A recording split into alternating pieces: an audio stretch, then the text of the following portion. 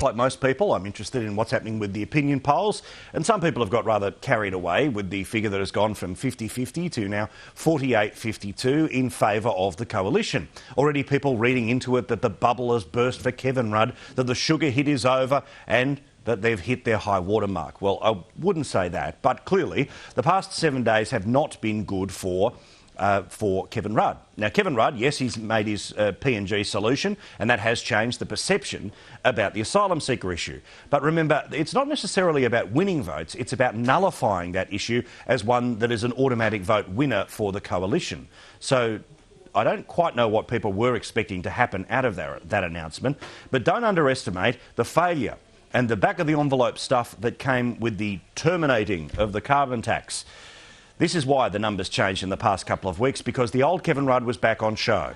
Long gone was any memory of Julia Gillard, which meant that there was a sugar hit for the first few weeks, but now reality is starting to set in. But there are a couple of figures that I wanted to show you that show just exactly where this election is going to be won or lost. Forget about states, forget about marginal seats. It is, of course, the perceptions of the leaders. Now, here's the bad news for Tony Abbott and Liberal supporters. Here are his numbers, according to Newspoll today.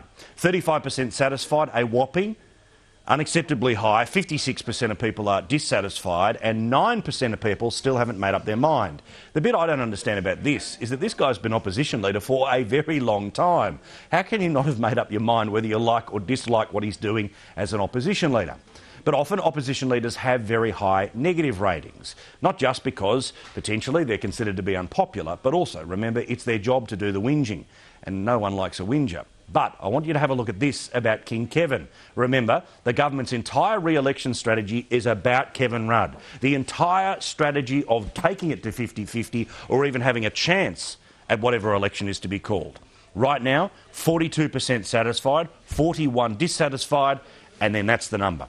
17% of people are uncommitted about whether Kevin Rudd is doing a good job or a bad job. To give you an idea of what has happened since the last Newspoll, that number 2 weeks ago was 21%. And every single person, according to Newspoll, who made their mind up in the past 2 weeks, moved to a negative perception of Kevin Rudd. If you want to look at momentum, if you want to look at things that are happening, yes, Kevin Rudd changed the game, but for how long? And once again, every single person who was undecided and made up their mind about whether they liked or disliked Kevin Rudd made the choice that they didn't like what they see. It might be time for Kevin Rudd to stop mucking around, call the election, because the high water mark, is it here? Well, who knows? But that is a very interesting set of numbers.